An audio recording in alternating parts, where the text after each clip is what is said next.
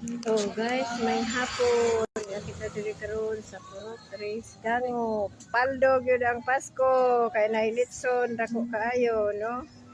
Oh, ang uban, no? Dagko ka ilang mga litson. Check. Oh, diri sa Purok Tres Gango.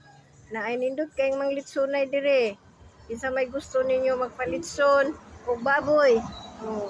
Ari lang mo dire, Purok Tres Gango. Pangitalang ninyo si Arden Arasan. Oh. Mao ni yan trabaho. Maglitson. Affordable ra pud kayo ang libor. Ara, hayahay sila no. Hayahay sila nga nakalitson og dako kay paddo ilang Pasko. Pero salamat po sa Ginoo no kay bisan pa sa uban pod, no? Bisan dili kayo ingon nga hinandaay gyud kayo ang atong Pasko, but praise the Lord kay ngano the precious gift for us is Christ, no? Siya ang atong dingilhong gasa. Alang kanato ngano kay kung wala siya dili ta makabaton og kaluwasan.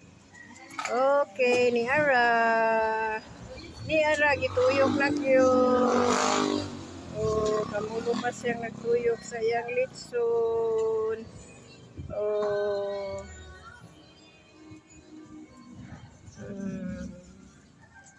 Sayon raman kayo turtulon. Daplin ra gyud ni og karsada, no? Kasi gusto ninyo magpalitson diha, ari lang mo dire sa Purok Tres Gango, pangitalang ninyo si Arden Arasan, isa ka CBO sa Gango. Sideline po siya og panglitson. Oh,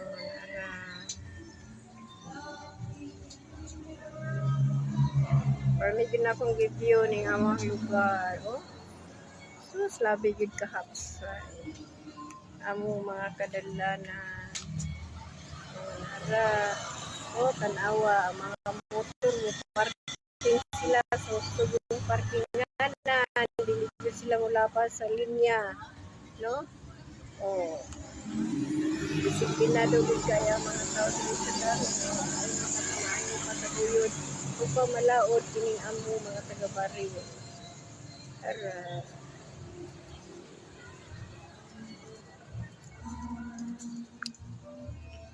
Oh, Merry Christmas!